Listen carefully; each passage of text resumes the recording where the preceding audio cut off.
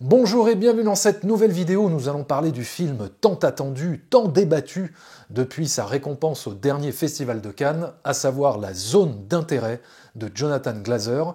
Et pour ce faire, j'ai décidé de faire une critique en duo avec un camarade, à savoir Samir de la chaîne Microciné. Et d'ailleurs, j'en profite pour vous dire que Samir organise le samedi 17 février au Club de l'Étoile à Paris un festival de cinéma où seront projetés 4 films, Les vacances de Monsieur Hulot, La vie de château, Dieu seul me voit et Snake Eyes de Brian De Palma. Donc, si cet événement vous intéresse, n'hésitez pas à réserver vos places dès maintenant. Je vous mets les liens utiles dans la description. Et donc, sans plus attendre, rejoignons immédiatement Samir pour ce débat critique autour du film La Zone d'intérêt. Bonjour Samir, bienvenue sur ma chaîne. Ça me fait plaisir de parler de ce film avec toi, de débattre de ce film avec toi. Comment ça va? Écoute, ça va plutôt bien, à 2 semaines du festival.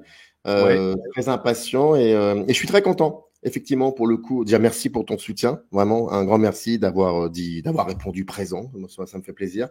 Et puis très content aussi que tu aies eu l'envie d'un dialogue autour en plus d'un film.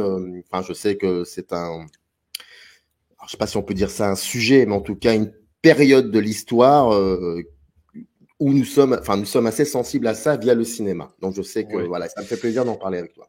Bah oui, parce que je me rappelle qu'on avait brièvement débattu de la représentation de la Shoah au cinéma quand on Bon, s'était vu en vrai, hein, in real ouais. life, comme on dit. Et voilà, c'est pour ça que je voulais vraiment parler de ce film avec toi et qu'on en débatte un petit peu, même si j'ai envie de te dire qu'au moment où on enregistre la vidéo, j'ai l'impression que tout le monde en a déjà parlé en long, en large et en travers et que je ne sais pas si on va pouvoir ajouter des trucs ultra pertinents, enfin en tout cas en ce qui me concerne sur le film.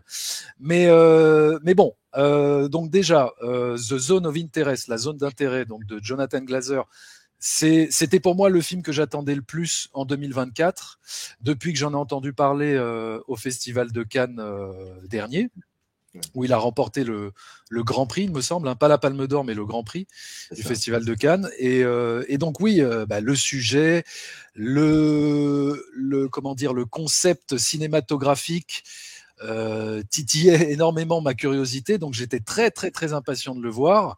Et donc, pour résumer assez rapidement le film, c'est un film qui évoque la Shoah, qui évoque l'Holocauste, à travers le point de vue d'une famille allemande qui vit dans une maison avec jardin, à quelques mètres du camp de concentration Auschwitz. Et on suit le quotidien d'une vie de famille banale. Voilà, une famille qui vit sa vie en toute sérénité, à quelques mètres de gens qui sont en train de mourir, d'agoniser, de se faire torturer. Et donc le caractère inédit de ce film, c'est que l'horreur est montrée uniquement en hors-champ et suggérée par tout un travail sonore très très important. Et donc c'est ça qui en fait vraiment une expérience de cinéma assez inédite. C'est vraiment ce geste radical cinématographique que propose ce film. C'est une expérience de cinéma viscérale, sensorielle assez forte. Mais ce que je voulais un petit peu justement voir avec toi, c'est est-ce que ça va au-delà d'une expérience de cinéma?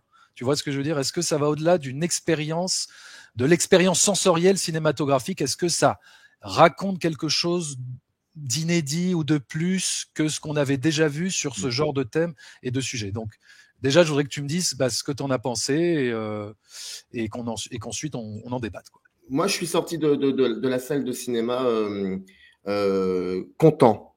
Alors, le mot est peut-être un peu particulier, mais Ouais. si, content, parce que alors, moi, durant toute l'émission, nous serons posés que des questions de cinéma. Donc, j'étais content par rapport à ça. Parce que moi, je suis un enfant de la fiction, je suis pas un enfant du documentaire. Et j'aime cette idée que la fiction peut questionner tout, tout de l'histoire. C'est important. Et c'est vrai que avec l'Holocauste, la Shoah, et surtout, pour le coup, surtout l'extermination, le génocide, mais le génocide de l'intérieur, c'est surtout ça qui est complexe, en fait. Est-ce qu'on peut filmer, finalement, pour le coup, l'extermination de l'intérieur. Donc, montrer ces corps qui vont se faire calciner en direct. Voilà, c'est ça le problème. Enfin, le problème qui se pose. Et depuis qu'il y a eu Shoah de Claude Lanzmann, d'ailleurs, le film a été montré sur France 2 récemment, et je trouve que c'était... Il est toujours disponible d'ailleurs sur France 2. Ouais. Pendant un mois, je crois, quelque chose Pendant comme un ça. mois, exactement. Voilà. Donc, moi, je viens aussi de là, je viens aussi de Shoah, de ce documentaire, et donc, ça pose pas mal de questions de cinéma. J'étais content parce que je me suis dit, c'est encore possible de demander à la fiction de questionner cela. C'est possible. C'est possible parce que si le ou la cinéaste, je te le dis de manière dans l'absolu, va utiliser le cinéma pleinement, se dire que j'ai besoin de cinéma, mais de le faire pleinement, ça, et donc d'en faire une fiction, ça peut donner quelque chose d'intéressant. Et je trouve qu'avec ce film-là, il n'y en a pas beaucoup malheureusement, mais avec ce film-là, ou comme Le Fils de Saul par exemple, je pense qu'on en parlera peut-être un peu du Fils de Saul, ou La Passagère il y a très longtemps de cela, et puis 2-3 autres comme ça, il n'y avait pas forcément beaucoup de tentatives de fiction. Il y a surtout, bien évidemment, la liste de Schindler, et je le dis avec objectivité et non pas ce que j'en pense, mais il y a quand même une tentative de fiction. Et c'est vrai que la fiction est très souvent malmenée, mise au banc lorsque ça voudrait questionner de l'intérieur ce génocide, donc montrer vraiment cette image montante. Et moi, je suis sorti de cette salle content parce que j'ai en face de moi un film qui finalement dialogue avec d'autres films. Moi, j'aime beaucoup cette idée-là. Dialogue avec la liste de Schindler, par exemple. Dialogue aussi avec Le Fils de Saul. Et surtout, dialogue avec Shoah de Lanzmann. Mais dialogue avec une forme de contradiction aussi. Et ça m'intéresse beaucoup. Alors, la contradiction, c'est pas de dire vous aviez tort. Non, c'est de dire tout simplement nous sommes dans une forme de diction totalement opposée. Mais en même temps, je me sers de ce que vous avez fait pour essayer de vous proposer autre chose. Bon, malheureusement, Lanzmann n'est plus de ce monde, mais moi, ça m'aurait bien fait. Ça m'aurait plu de l'entendre parler de ça, comme il a parlé du Fils de Saul et aussi de la liste de Schindler. Et pas forcément, parce que j'ai réécouté certaines émissions de Lanzmann par la liste de Schindler. On a oublié, mais c'est pas un film qu'il déteste et qu'il rejette. Hein.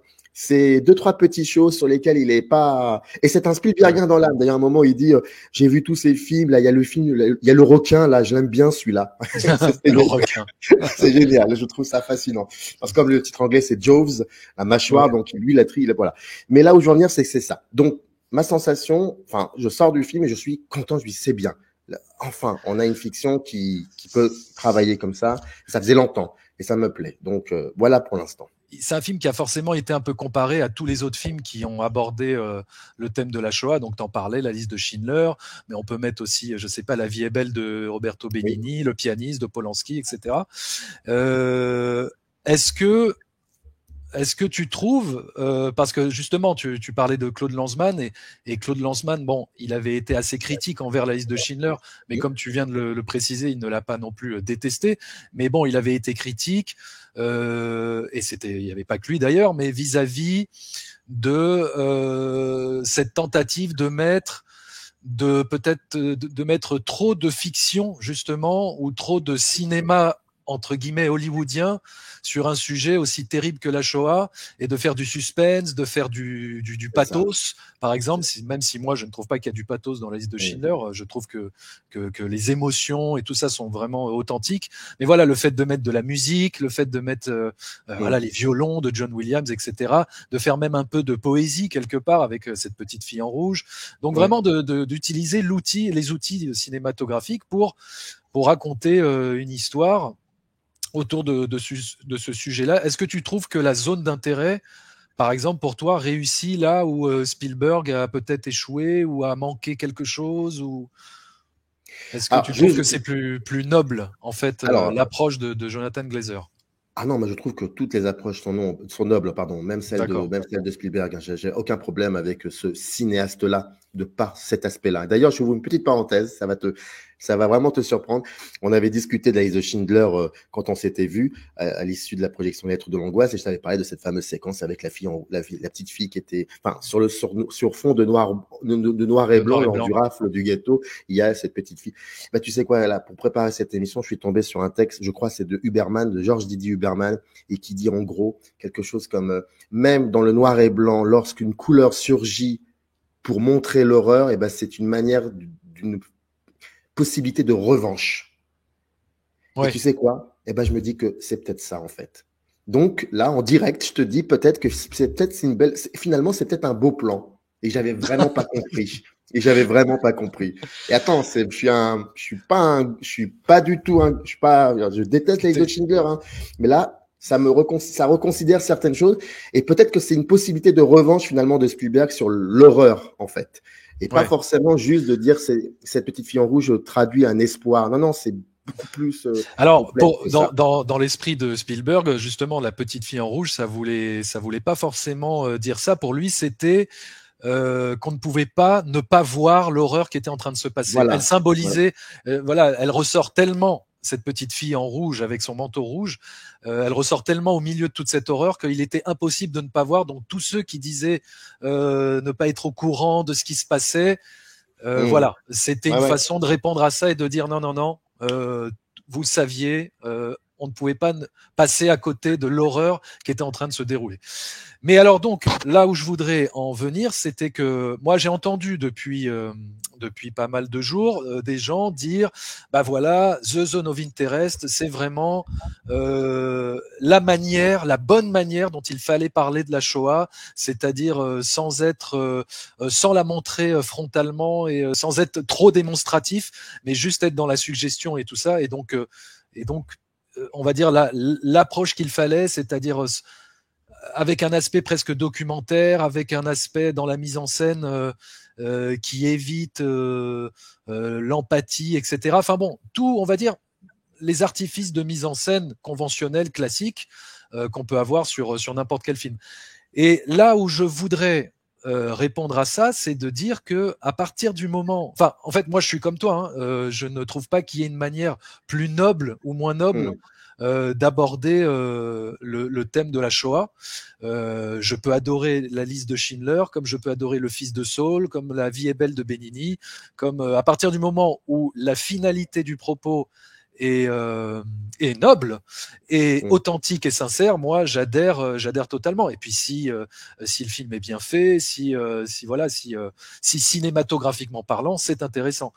Mais donc là où je veux en venir, c'est que pour moi, la zone d'intérêt, même si il y a une approche très froide, très chirurgicale dans la mise en scène et avec des plans, beaucoup de plans en courte focale, des plans fixes, des plans larges, où on a l'impression presque des fois de voir des plans de caméras de vidéosurveillance à l'intérieur de cette maison, ou presque comme dans une télé-réalité, où on verrait comme ça froidement, comme dans un laboratoire presque, des petites personnes comme ça évoluer au sein d'un environnement.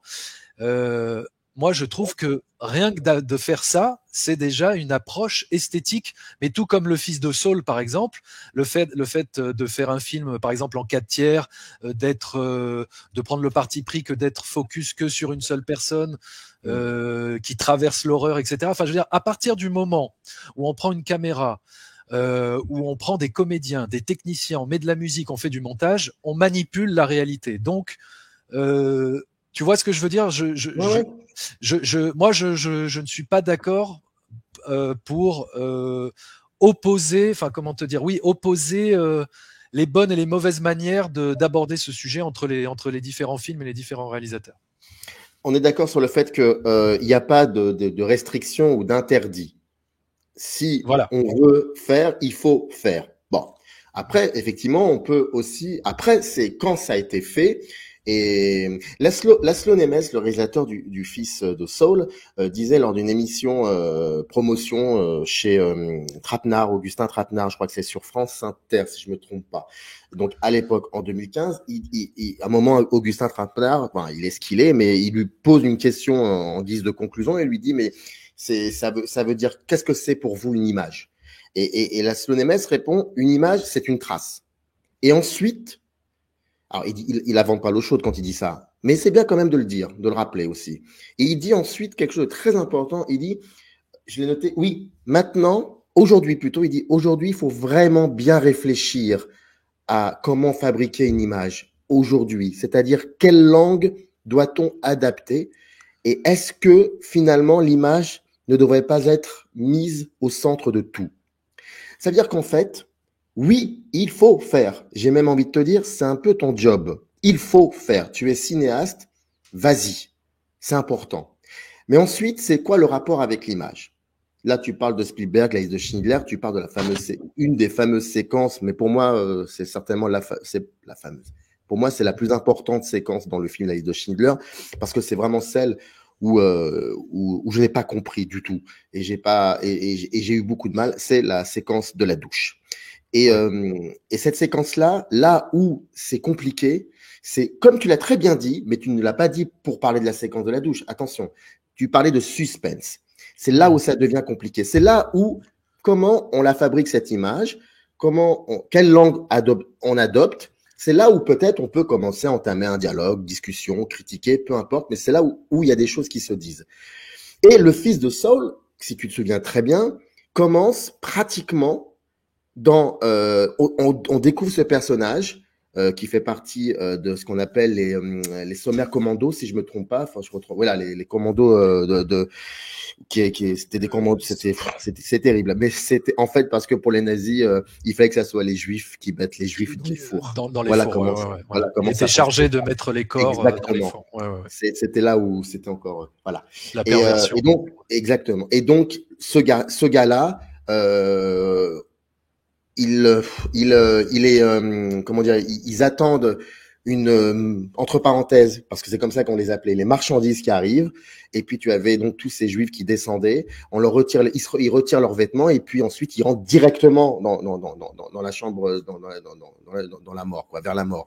Et que fait Laszlo Nemes? Ce plan-là, comment dire, ce serait le contre-champ finalement de la séquence de la douche. Parce que dans la séquence de la douche, on est à l'intérieur. Première fois que l'on voit ça. Moi, à l'époque, j'ai pas autant de distance critique. Ce que je veux dire par là, c'est que je n'ai pas lu autant de livres, pas vu autant de films à l'époque. Je découvre ce film mais ce que je ne savais pas, c'était la première fois qu'on posait une caméra à l'intérieur. C'est la première fois qu'on voyait ça. Et donc, je pense que toutes ces personnes qui étaient beaucoup plus âgées que nous, qui découvrent ce film, ils se disent, mais qu'est-ce qui va se passer?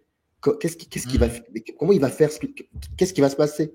Et je connais personne qui, à ce moment-là, dirait, non, moi, je sors de la salle, je veux pas voir ça. Non, il reste.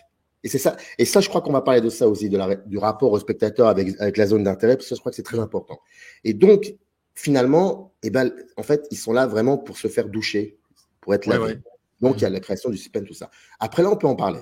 Et le fils de Saul, lui, qu'est-ce qu'il fait? Il montre ça, mais il s'arrête juste au niveau de la porte. Et le gars, il lui demande de venir quand même coller ses oreilles contre la porte pour qu'il entende bien ce qui se passe. Et il se retourne face à nous. Donc, il nous regarde. Derrière lui, c'est la chambre, enfin, c'est la chambre à gaz. Et on entend, et ça anticipe, ça s'amplifie et on entend. C'est là où je veux en venir. Ce que je veux en venir, c'est que je pense que le cinéaste ou la cinéaste, de par sa fonction, doit se poser la question de la représentation, ne doit absolument pas s'interdire quoi que ce soit. Maintenant, c'est à lui aussi d'essayer de par sa nature, de par son rapport à l'autre, aux images, nous proposer quelque chose. Et c'est forcément pas si évident que ça. Et est-ce que je peux me permettre juste de lire un petit extrait d'un bouquin qui s'appelait Images malgré tout de Georges Didier Huberman, où il dit un truc qui, je pense, va régler le problème et qui est passionnant. Et en fait, voilà, c'était pas prévu, mais juste ça, et ensuite, moi, je pense que ça règle le problème. Alors, et en fait, c'est un livre qui avait été écrit suite à la découverte, je sais pas si tu en avais entendu parler, en 2000, je crois qu'il y a quelques années de cela, on avait découvert 4 photographies qui avaient été faites par des gars de la Sonderkommando qui avaient pris des photos donc de l'acte génocidaire, mais en loose day, parce que sinon, s'ils se faisaient prendre, enfin, ils étaient foutus déjà d'avance. Mais là, pour le coup, et ces 4 photos, ces 2 photos que tu vois, il y a une photo où tu vois de loin. Ils ont pris une photo de la chambre à gaz et tu vois au loin, les corps calcinés qu'ils vont incinérer. Tu as une deuxième photo où tu vois des femmes qui sont dénudées et qui vont vers une direction, et on sait qu'elles vont vers la chambre à gaz. Donc, c'est des témoignages incroyables. Et ces photos ont été prises entre mai et juillet du 44. Et là où je veux en venir, c'est que Georges Didier Huberman part de ces 4 photos, et donc après il raconte tout ça. Et voilà ce qu'il dit dans le premier paragraphe. Il dit, pour savoir, il faut s'imaginer. Nous devons tenter d'imaginer ce que fut l'enfer d'Auschwitz en été 44. N'invoquons pas l'inimaginable. Ne nous protégeons pas en disant qu'imaginer cela de toutes les façons, car c'est vrai, nous ne le pourrons pas jusqu'au bout. Mais nous le devons, ce très lourd imaginable, comme une réponse à offrir, une dette contractée envers les paroles et les images que certains déportés ont arrachées pour nous au réel effroyable de leur expérience. Donc, n'invoquons pas l'inimaginable. Il était tellement plus difficile pour les prisonniers de soustraire au camp ces quelques lambeaux dont nous sommes à présent dépositaires, dans la lourdeur de les soutenir d'un seul regard. Ces lambeaux nous sont plus précieux et moins apaisants que toutes les œuvres d'art possibles, arrachées qu'ils furent à un monde qui les voulait impossibles. Images malgré tout, donc. Malgré l'enfer d'Auschwitz, malgré les risques encourus. Nous devons en retour les contempler, les assumer, tenter d'en rendre compte. Images malgré tout, malgré notre propre incapacité à savoir les regarder comme elles le mériteraient, malgré notre propre monde repu, presque étouffé, de marchandises imaginaires. C'est là où je veux en venir. En fait, il répond, pour moi, c'est ça. Tu dois le faire. Et tu dois aussi regarder, mais après, tu peux aussi dire si quelque chose fonctionne ou pas. Donc, pour moi, il n'y a pas de bonne méthode. Juste, il faut qu'il y ait des méthodes, quoi. Faut qu'il y ait des méthodes. Non, faut qu'il y ait des propositions, pardon. Faut qu'il y ait des propositions. Par rapport à cette scène de la douche dans la liste de Schindler, on a reproché à Spielberg de jouer avec du suspense et on a trouvé ça assez indécent de jouer avec du suspense autour de cette scène-là. Il y en a même qui ont dit que c'était un film négationniste puisque ça montrait que les chambres à gaz n'existaient pas et que c'était en fait des douches. Enfin, tu vois, bon, il y en a qui ont extrapolé, qui sont allés beaucoup trop loin. Mais j'ai entendu des fois des gens dire ça. Bon, moi, je suis pas trop d'accord avec ce discours-là. Pour moi, si tu veux, on peut reprocher à Spielberg de faire du suspense, mais dans la zone d'intérêt, j'ai envie de te dire, dès le début du film, pour moi, il y a du suspense, dans le sens où c'est apporté d'une manière différente, mais il y a du suspense, puisque c'est quoi? On suit une vie de famille, somme toute banale, qui vit dans une maison qui est jouxtée au camp de concentration d'Auschwitz, et on peut se demander ce qui va se passer là encore une fois. Est-ce que quelqu'un dans cette maison, dans cette famille, va se soulever, va se rebeller, va ouvrir les yeux, va se réveiller, va faire quelque chose? Enfin, tu vois, pendant tout le long du film, on est quand même plongé dans l'horreur et avec des personnages pour lesquels nous n'avons pas du tout d'empathie, et c'est fait exprès et c'est voulu, et de toute façon il était impossible d'avoir de l'empathie pour ce genre de personnage. Mais tu vois, bon, cette notion de suspense et de manipulation des outils cinématographiques, on pourrait en débattre longtemps, mais bon, je voudrais juste revenir sur la zone d'intérêt et un petit peu expliquer ce qu'on a aimé, parce que donc j'ai cru comprendre que tu avais aimé le film, que tu avais trouvé ça, voilà, que tu avais beaucoup aimé le film. Donc évidemment, tout le monde a parlé à juste titre du travail incroyable qu'il y a sur le hors-champ, sur le fait de suggérer l'horreur plutôt que de la montrer. Et effectivement, tout le long du film, on ne verra rien. Et d'ailleurs, je ne sais pas si toi tu l'as pris comme ça, mais la toute première image du film, c'est un écran noir avec une musique un petit peu angoissante qui devient de plus en plus dissonante, un peu à la manière, moi ça m'a fait penser un peu à Irréversible de Gaspard Noé, tu sais, à des musiques un petit peu tu sais, qui ont l'air de te plonger en enfer en fait, tu vois. Donc c'est vraiment ça, on dirait que ce carton noir introductif, c'était comme c'était comme une manière de nous préparer à passer les portes de l'enfer, quoi. Tu vois, avec cette musique qui devient de plus en plus bizarre, comme ça, dissonante. Et donc moi, je ne sais pas si tu l'as pris comme ça, mais moi je l'ai interprété de cette manière, c'est-à-dire l'écran noir qu'on voit au début, c'est l'obscurité.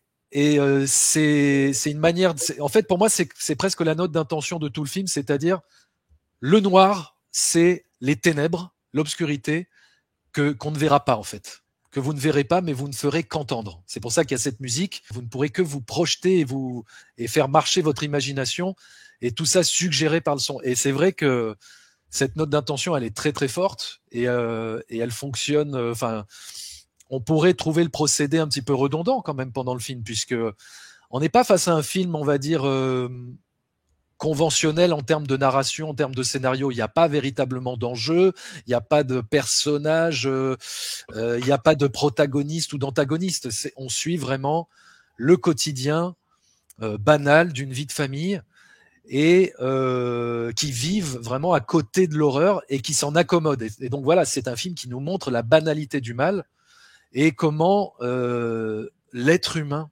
peut s'accommoder par un phénomène d'habituation, s'accommoder à l'horreur qui se déroule à quelques mètres de lui. Et c'est vraiment ça qui est glaçant dans le film, c'est ce rapport-là, ce contraste-là entre ce petit coin de paradis qui est appelé comme ça par la femme du commandant du camp de concentration, et véritablement l'enfer qui se déroule à quelques mètres de là, quoi.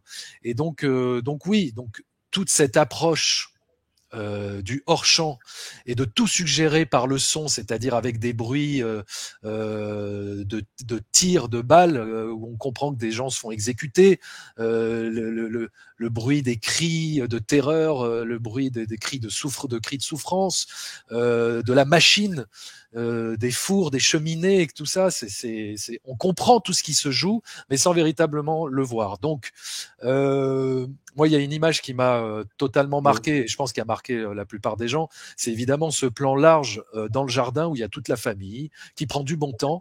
Et en arrière-plan, tout au fond, on ne voit que la fumée du train qui arrive à Auschwitz, tu sais, comme ça. Et sans que personne ne remarque rien, enfin, sans que personne ne s'y intéresse, quoi. Et donc là, on a un rapport de contraste entre l'horreur et on va dire le côté oisif et tu vois de cette famille qui est absolument horrible et glaçant. Et donc j'ai envie de dire que ce procédé il est assez inédit. Enfin, on n'a jamais vraiment vu un film entier qui marche là-dessus, sur un procédé de hors-champ comme ça. Et donc ce que je voudrais te demander, c'est est-ce que pour toi ne pas montrer, c'est mieux montrer? Pour revenir sur l'ouverture du film, donc le fond noir. Oui.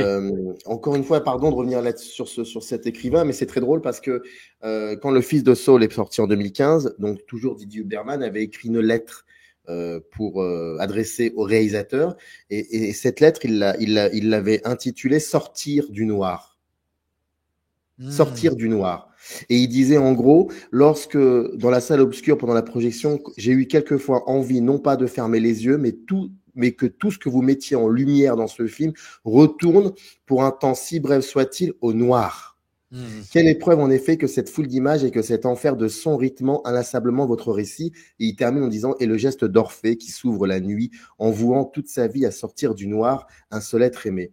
Moi, je trouve ça important parce que j'ai l'impression que ça dialogue aussi beaucoup avec ce que tu viens de dire.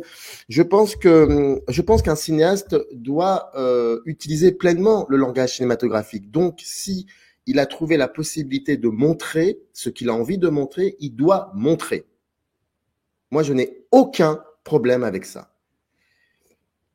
Après, où il peut y avoir non pas problème, mais il peut y avoir de mon point de vue une instabilité, on va dire ça comme ça, c'est qu'est-ce qu'il en fait aussi de ce qu'il a montré. Pourquoi il montre? Quels sont pour le coup les enjeux? Moi, je pense qu'il y a enjeux dans le film de Glaser. Il y a des enjeux qui sont peut-être pas forcément des enjeux que nous connaissons, qui est dans l'ordre de la narration, comme tu l'as très bien dit, mais il y a des enjeux qui sont plutôt cinématographiques pour le coup. Parce que ce que fait Laszlo Nemes dans Le Fils de Saul, c'est un peu ça aussi, travailler leur chant. Dès le début, ils travaillent leur chant. Il y a quand même, moi je me rappellerai, moi c'est la première fois que je voyais ça en 2015 avec les cris de ces pauvres gens qui sont en train de mourir et qui frappent à la porte en même temps. Ça me marque, ça m'a marqué à vie, ce truc-là. Donc, quand je rentre là-dedans, ça va encore plus loin, c'est très clinique. Mais la grande similitude avec la liste de Schindler, c'est ça qui est incroyable. C'est qu'Oscar Schindler, c'est quoi à la base? C'est un capitaliste. C'est quand même un film qui parle beaucoup de ça aussi. Et c'est parce qu'il y a eu ça qu'il y a eu aussi la possibilité de sauver des Juifs. Le rapport au capitalisme, le rapport à l'industrie, la banalité de tout ça. Il y a quelqu'un qui disait en parlant de ce qu'ont fait les nazis sur les Juifs, une sorte de côté implacable et irrationnel de la peur. Et c'est exactement ça. Tu as ce jardin et tu as la mort autour. Et comme tu le dis très bien, c'est une femme, tu disais au début de l'émission, c'est une famille banale et tout est autour du cadre. Mais mais nous, ce qui nous intéresse, c'est de dépasser le cadre. Et en fait, comme on sait déjà ce qui s'est passé, et c'est là où je veux en venir, le fait de travailler beaucoup je pense qu'un film comme ça, début 90, je sais pas comment ça aurait fonctionné. Là, ça peut fonctionner parce que depuis 24 ans, nous sommes exactement. C'est ce que j'allais. Oui, je suis d'accord. Voilà. Et c'est là où c'est un film. L'intelligence du réalisateur, oui. Et qui dit aussi, et c'est là où c'est très important, ça dit aussi quelque chose de notre société, de notre monde. Un bon film, normalement, c'est quand même quelque chose qui parle un peu de la société dans laquelle vit le cinéaste. Et c'est là où c'est assez intéressant. Et donc, ça travaille aussi sur les images. Ça travaille. Moi, je me suis jamais posé la question de savoir si je vais voir ou pas. Je suis pas trop dans cette idée-là. Non, moi, ce qui m'intéressait ce que je voulais savoir surtout, c'est comment il va filmer ça, comment il va raconter ça, et puis comment il va créer ce pont avec ce que nous sommes aujourd'hui. Bon, on le voit, ça, il faut attendre la fin pour voir un peu le fameux pont avec aujourd'hui. Oui. Donc, non, il faut montrer, si tu en as envie, à ta manière, et ensuite, dans ce que tu montres, c'est quoi les enjeux aussi? Parce qu'il y a eu dans des films de seconde, de série B, voire de série Z, où il y a eu où ça parle des nazis, où ça parle de pornographie au sein même de tout ça. Il y a eu ça aussi, mais ça, c'est un autre genre. Quels sont les enjeux de cette capacité Et après, quand tu connais un peu Glazer, ça a toujours été comme ça, hein, dans Under the Skin, dans Birth surtout, qui est vraiment un film incroyable. Dès le début, il pose quelque chose d'assez drastique et radical. Et ensuite, qu'est-ce qu'il en fait? Le reste, ce sont les enjeux. Et moi, je trouve qu'il n'y a pas plus effrayant que de filmer la banalité. C'est un film qui accepte, qui assume d'être arrivé après le texte de Hannah Arendt sur le procès Eichmann, où elle parle de banalité, du mal, Shoah, sur la liste de Schindler, La Passagère, Capot, avec le travelling de Capot, le pianiste, La vie est belle. Il assume tout ça. Il assume. Il le dit. Mais, et c'est ça qui est fascinant, c'est qu'il l'assume et en même temps, il nous dit, voilà aujourd'hui comment on peut en parler aussi, en sachant que les spectateurs sont affublés d'images H24 et qu'ils créent eux-mêmes leurs propres images et ils ont aucune distance maintenant, aujourd'hui. Il y a un très très beau film de Sergei Lonitza qui parle de ça, qui se passe, qui filme des touristes, on peut pas dire autre chose, des touristes qui visitent les camps d'Auschwitz et ces camps-là, et tu les vois, ils prennent des photos, ils se prennent en selfie même. Oui, ça on a, ouais. C'est incroyable, et Lonitza ne dit rien, il montre. Et tu vois, ça peut être une connexion avec l'installation. Voilà. Et avec la fin. Oui. Avec la fin du film, oui, parce que on va en parler d'ailleurs de la fin du film. Et effectivement, oui, moi ça m'a, comme tu dis, moi ça m'a fait énormément penser aux écrits de Hannah Arendt avec la banalisation du mal et comme quoi, en fait, tous ces gens-là entre guillemets, ne se rendaient presque pas compte de ce qu'ils faisaient, tellement pour eux, il y avait un phénomène. C'était un job. Oui, voilà, c'était. Oui, et c'est là aussi. Voilà, c'est ça qui est glaçant, ce qui est horrible. Mais il n'oublie quand même pas, comment te dire, Jonathan Glazer, il n'oublie pas aussi de nous montrer, à travers le personnage de la femme, surtout, qui est jouée par Sandra Hüller. Il y a cette fameuse scène où elle parle elle parle à sa jeune servante comme à une esclave, et on voit le caractère très autoritaire, très nazi, j'ai envie de te dire, du personnage. Et il n'oublie pas, enfin tu vois, même parce que on pourrait se dire, est-ce qu'il déshumanise complètement ces personnages? Je suis pas sûr, tu vois. Non, Je suis non, pas moi je sûr. trouve il les rend humains, ces personnages. Hein. Et Oui, d'ailleurs, voilà. ce sont des véritables personnages pour le coup. Ce sont des Oui, en personnages. plus, oui, c'est Ouais, vraiment Rudolf Höss qui était vraiment le c'est commandant ça. de ce C'est camp de ça. C'est-à-dire que ce ne concentration. sont pas des personnages qui sont associés à une codification, tu vois, à une espèce de gimmick. Un tel, on Ouais, sait ouais, que c'est ouais. un tel parce qu'il fait ça. Non, non, ce sont des simples personnes. Et vraiment, Voilà, là, pour le coup, j'insiste beaucoup sur le mot simple. Hein. Ce sont de voilà. simples personnages. Enfin, ils se Mais considèrent c'est eux ce qui comme. les rend, encore plus horribles. C'est ce qui les rend Oui, encore plus monstrueux finalement. Donc oui, parce que bah il y a ça, et puis il y a aussi cette scène où le mari couche avec une jeune fille polonaise, je crois, où il abuse sexuellement c'est ça. d'une fille. Est-ce que tu penses qu'on peut se poser la question de savoir, mais si, est-ce qu'il c'est possible qu'un spectateur ou une spectatrice qui va voir ce film peut ne pas savoir ce qu'il y a? Moi, je Alors, crois que cette question, on peut pas la poser en fait pour ce film. Je sais pas, j'ai bah, pas cette sensation. bah, je me suis posé la question. Je me suis posé la Ouais, question. Je me suis dit, comme toi, je me suis dit que voilà, l'approche du réalisateur était très intelligente parce qu'effectivement, depuis des années, on a emmagasiné des images, donc on a entre guillemets plus besoin de nous les montrer pour qu'on comprenne ce qui se passe, et on projette nos propres images et notre propre horreur, terreur dans ce qu'on ne voit pas, dans ce qui nous est suggéré, et c'est très très efficace. Je veux ouais, dire, il y a des scènes où on entend juste des gens en train de se faire, oui, torturer ou noyer. Enfin bon, on imagine des choses, quoi. C'est horrible. On imagine le pire, quoi.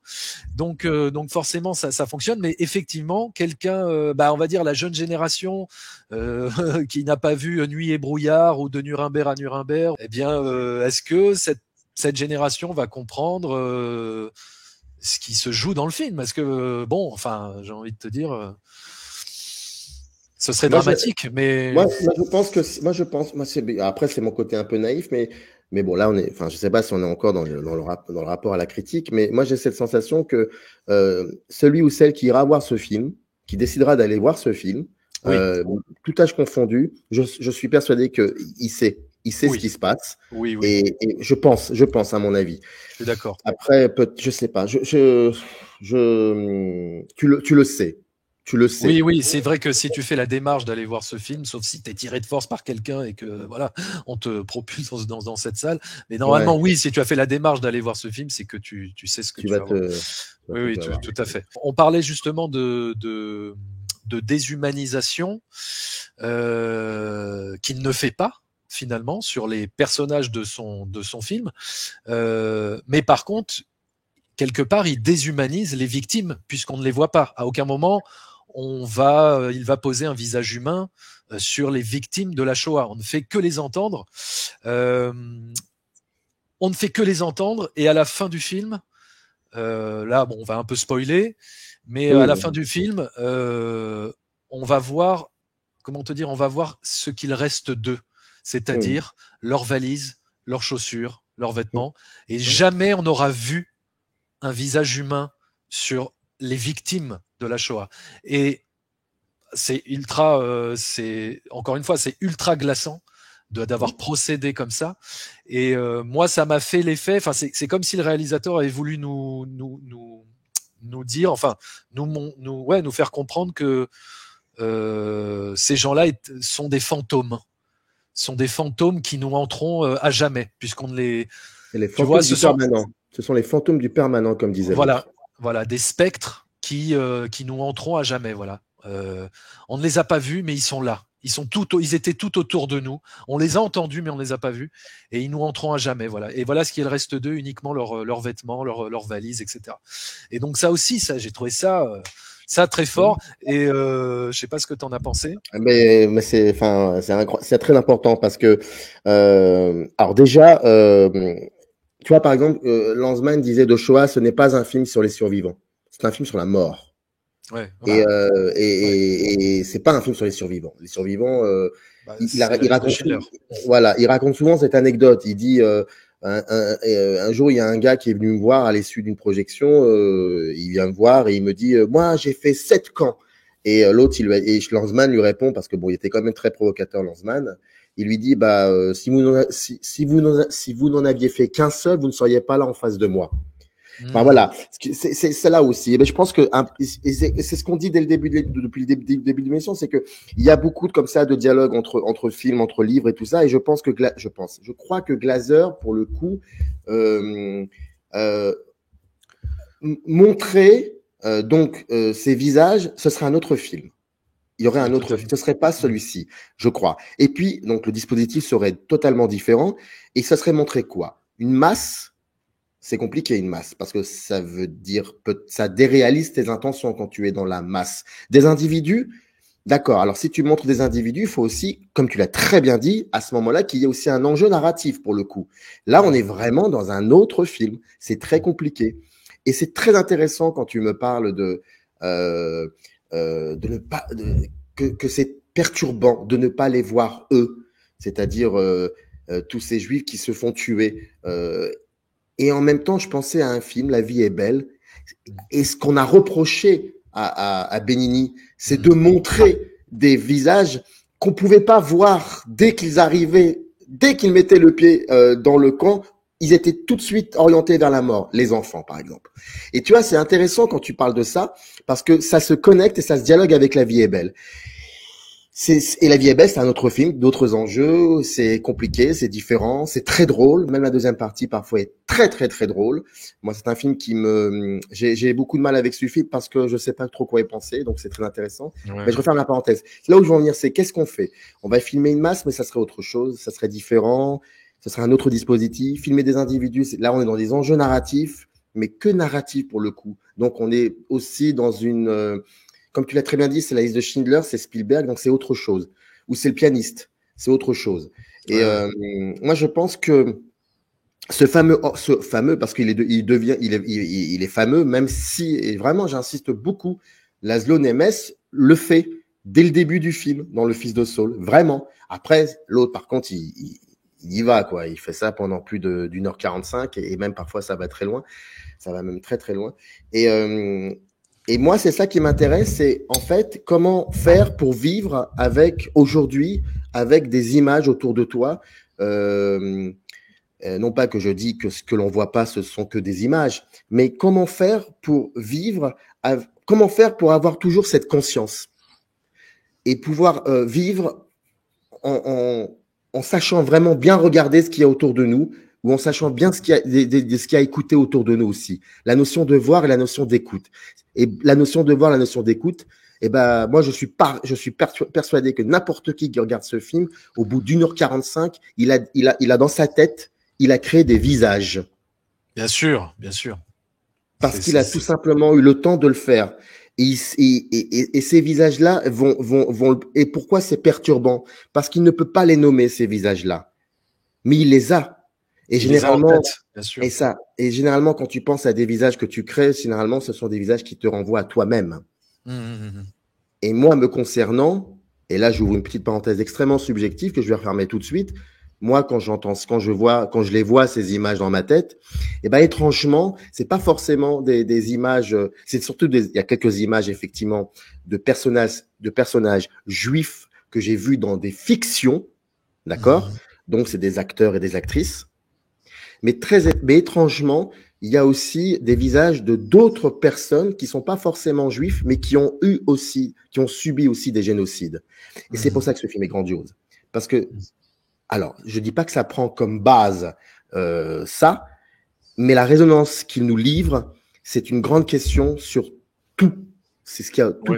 tous les génocides. Je ne hiérarchise pas les génocides, je suis pas là pour ça. Hmm. Mais, et puis je sais pas faire, et ça m'intéresse pas. Mais c'est ça qui est très intéressant.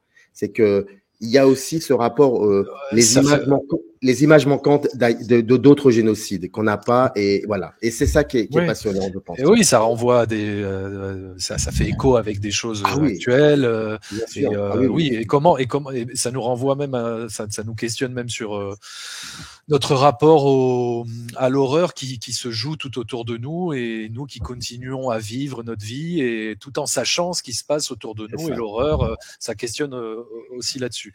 Alors, je voudrais juste revenir sur un point du film. Tu sais, à un moment donné, dans le film, il y a une scène où tu as une jeune fille qui va déposer des pommes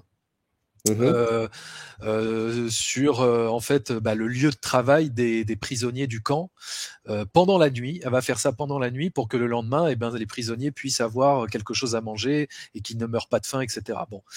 Et toute cette partie, elle est filmée d'une manière assez particulière, avec un espèce de noir et blanc négatif. Comment tu as interprété ce dispositif-là? Pourquoi il choisit de filmer cette scène de cette manière-là, selon toi? Parce que moi, je pense que il est dans une espèce il y a toujours cette espèce de dispositif, quoi, de forme d'installation comme ça. Après, tu sais, j'ai beaucoup de mal, moi, à interpréter les choses. Je les prends comme un tout, en fait. C'est comme cette séquence où il y a une espèce de chromo rouge ou je ne sais plus quoi. Un truc, voilà. D'ailleurs, c'est très étrange parce que ça renvoie ça renvoie pas, mais on avait vu la bande-annonce du dernier film de Harmony Korine où ça parle de ça aussi. Mais donc là, pour le coup, moi, les interprétations par rapport à certains éléments techniques, j'ai du mal à les voir, tu vois. En fait, moi, je ne les, comment dire, je ne les extrais pas un par un. J'essaie d'en faire un tout. Et moi, je pense que ça fait partie de ce dispositif-là. Mais je me suis pas posé la question. Là, je préfère être assez transparent. Je sais pas, toi, tu avais peut-être eu. Dis-moi, toi, à quoi tu pensais. Moi non, je sais pas trop non plus comment l'interpréter, si ce n'est que donc ça se passe la nuit. On est dans un rapport d'image en fait qui contraste complètement avec tout le reste du film, avec toutes les autres images qui sont tournées, qui sont très lumineuses, etc. Et donc je me suis dit, moi j'ai interprété ça comme ça, c'est-à-dire que cet acte de résistance qui est fait par cette jeune fille polonaise, il est caché encore une fois dans l'obscurité, dans les ténèbres. Et en fait, parce qu'en fait, je crois qu'il a utilisé une caméra qui filme la nuit. Tu sais, comme une caméra infrarouge ou un truc comme ça. Et ça donne ce rendu-là à l'image, tu vois, comme si l'acte de résistance, on ne pouvait pas le voir, tu vois, que c'était quelque chose de caché. Mais bon, il faut que je réfléchisse. Alors, pour le coup, c'est lié aux 4 photos dont je te parlais au début. Parce que ceux qui ont pris ces photos-là, il y avait une forme d'acte de résistance aussi. C'était de montrer que ça existait. Et les photos, si tu les vois, tu peux les trouver sur Internet. Elles sont bien évidemment très, très mal prises parce que ils n'ont pas le temps. Il faut faire les photos assez rapidement. Et je pense que c'est peut-être lié à ça aussi. Et tu verrais s'il y a comme ça, c'est un geste de résistance. De dire que. De résistance. Exactement. Et je pense que c'est peut-être lié à ça.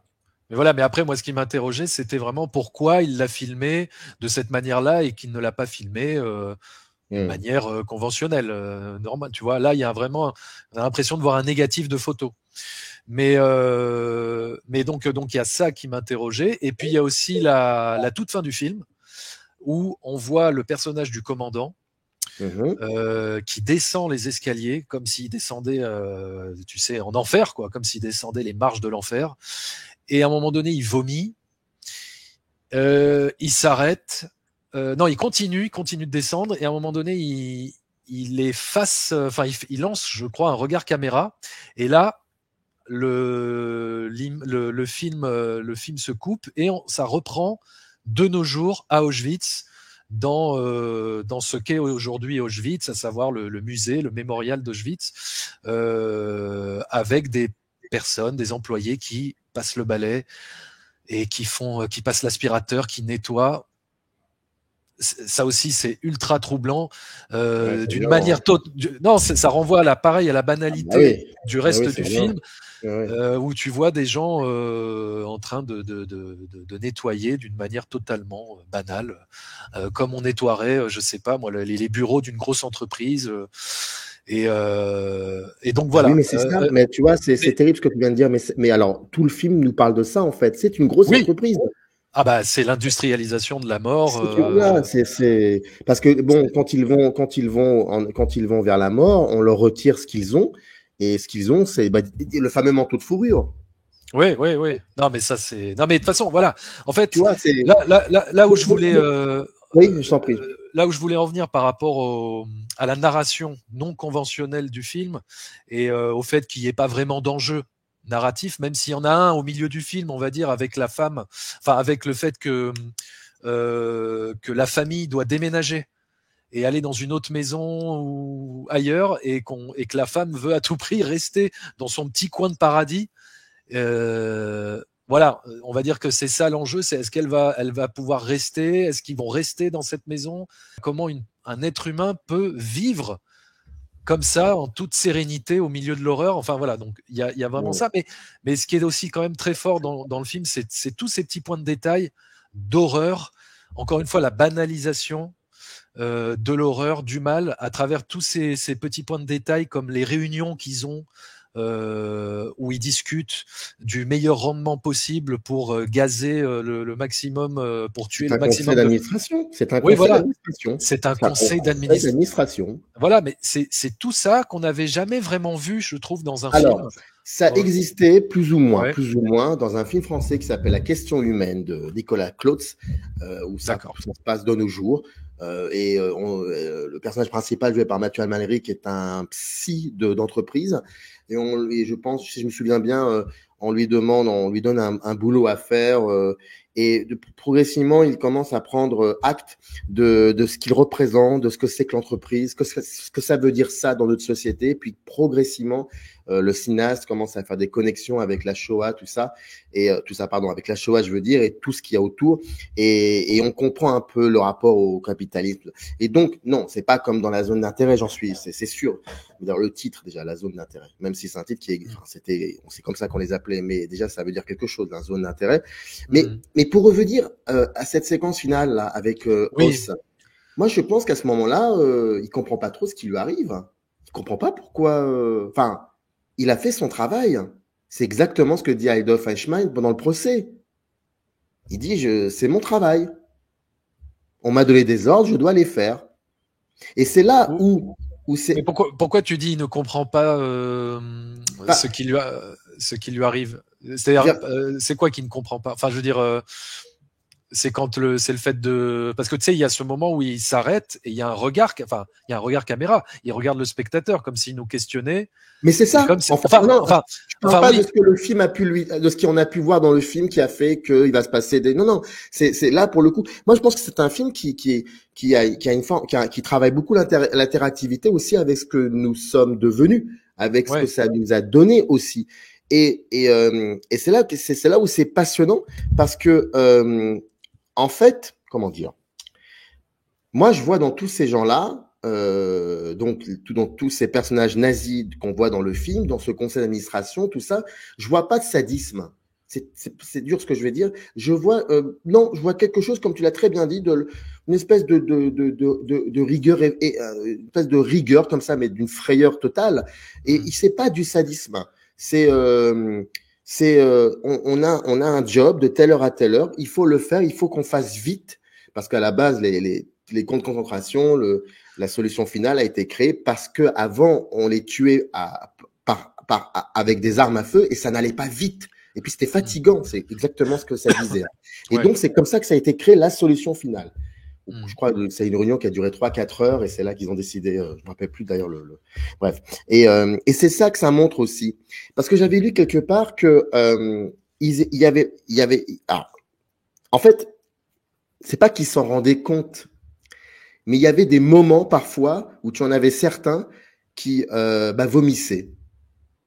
Et ça, Oui, d'un trop plein de. voilà. Et ça existe, ça a été prouvé. Mais Il y a des ouais, éléments. Et c'est ça qui est passionnant aussi. C'est pour ça que c'est un film très complexe aussi. C'est c'est un film quand même qui, pour le coup, part du point de vue des nazis. Oui, c'est ça qui est. Oui. Et c'est ce que Godard, je sais plus qui a dit, j'ai lu ça, j'ai vu ou j'ai lu ça quelque part il y a quelques jours, je sais pas si c'est une chaîne YouTube ou un texte où Godard avait dit en gros à l'époque dans les années 60, il disait moi ce qui m'intéresserait de voir dans un film qui parle de la Shoah, c'est un film qui part du point de vue de ceux qui l'ont fait la Shoah, qui l'ont voilà parce Ouais, que ouais, ouais. et bah regarde, ça dit Et des choses. oui, oui, c'est vrai, c'est vrai. C'est pour ça que ce film est quand même très réussi sur ce qu'il tente de faire. C'était très risqué, c'était très osé, mais le caractère inédit de la démarche en fait un film absolument inoubliable. Voilà, c'était ce qu'on avait à dire sur le film La Zone d'intérêt. On aurait pu en parler encore pendant des heures, mais à un moment donné, il faut s'arrêter. Donc voilà, si vous ne l'avez pas encore vu ce film, précipitez-vous dans les salles de cinéma pour aller le voir. C'est un film important, c'est un film inoubliable qui vous marquera, je pense, de par son dispositif cinématographique inédit et radical. Et donc voilà, n'hésitez pas à me dire si vous avez vu ce film, ce que vous en pensez dans les commentaires. On en débat, on en discute. Et puis avant de vous quitter, eh bien, Samir, je voudrais que tu nous rappelles, que tu nous redises ce qui va se passer le samedi 17 février au Club de l'Étoile à Paris. Quoi, mais vous n'êtes pas au courant, mais c'est pas possible, ça, c'est pas possible. Bon, le 17 février, c'est la deuxième édition du festival de Microciné, donc de ma chaîne YouTube. Le 17 février, Club de l'Étoile, c'est rue Troyon, et il y aura à partir de 11h, 4 films seront projetés. 11h, La vie de château, remarquable premier film de Jean-Paul Rapneau. À 14h, Dieu seul me voit, en 35 mm. C'est l'un des premiers films de Bruno Podalides, à part de la fin des années 90. C'est la France, c'est la comédie, c'est plein de choses. Ça parle de Tintin aussi, c'est intéressant. À 17h, c'est les vacances de Monsieur Hulot de Jacques Tati. Donc, si vous voulez venir avec vos enfants, n'hésitez pas. Et voilà, il faut voir Monsieur Hulot parce que c'est un modèle du genre. C'est le gars qui lui sait qu'il est intégré, mais les autres ont du mal à le voir intégré. Donc, ça dit beaucoup de choses aussi d'aujourd'hui. Et C'est puis, l'une à des 19h, comédies, c'est l'une des comédies les préférées de mon père, Les Vacances de Monsieur Hulot. eh ben, il a bon goût. Voilà. Il a Merci, bon je goût. lui dirai. Tu peux, il a bon goût. Et si tu veux, je lui paye même sa place. Allez, c'est parti. Non, mais moi, je suis un malade mental de Hulot. Je veux dire, jusqu'à aujourd'hui, quand je vois même la bande-annonce, j'ai vu la bande-annonce hier avec Mérège, j'étais mort de rire. Il a dû couper le micro. Je veux dire, je connais par cœur ce film. Et à 19h, Snake Eyes, le film de De Palma, en 35 mm. Et il faut savoir que toutes les projections suivies d'un dialogue avec La vie du château, ça sera avec Marguerite Debiès, critique de cinéma pour les fiches du cinéma. À 14h, Dieu seul me voit de Bruno Podalides avec le cinéaste lui-même qui sera là. Entre parenthèses, Bruno Podalides, c'est le gars qui chante les génériques de toutes les émissions Microciné, mais il ne le savait pas. Et maintenant, il le sait. Et à 17h, les vacances de Monsieur Hulot, ce sera avec Stéphane Goudet, qui est le directeur du Méliès de Montreuil. On connaît bien ce cinéma-là. Et puis surtout, c'est un spécialiste de l'œuvre de Tati. Et à 19h, c'est Abdel Raouf Dafri, le gars qui a écrit Un prophète, qui a fait plein de films aussi, qui a scénarisé pas mal de choses et qui sera là pour parler de ce film par le prisme du scénario, de la construction narrative. Je pense que ça va le faire. Voilà. Voilà ce qui va se passer le 17 février. Merci. Bon, ben voilà, un programme bien riche et bien intéressant. Donc voilà, n'hésitez pas à réserver vos places. Je vous mets donc le lien pour tout ça dans la description de la vidéo. Et donc voilà, eh bien écoute, merci beaucoup Samir pour cette critique, pour ce débat autour du film La Zone d'intérêt. Et à tous les autres, eh ben, j'ai envie de vous dire, continuez comme d'habitude à fréquenter les salles obscures. Ciao!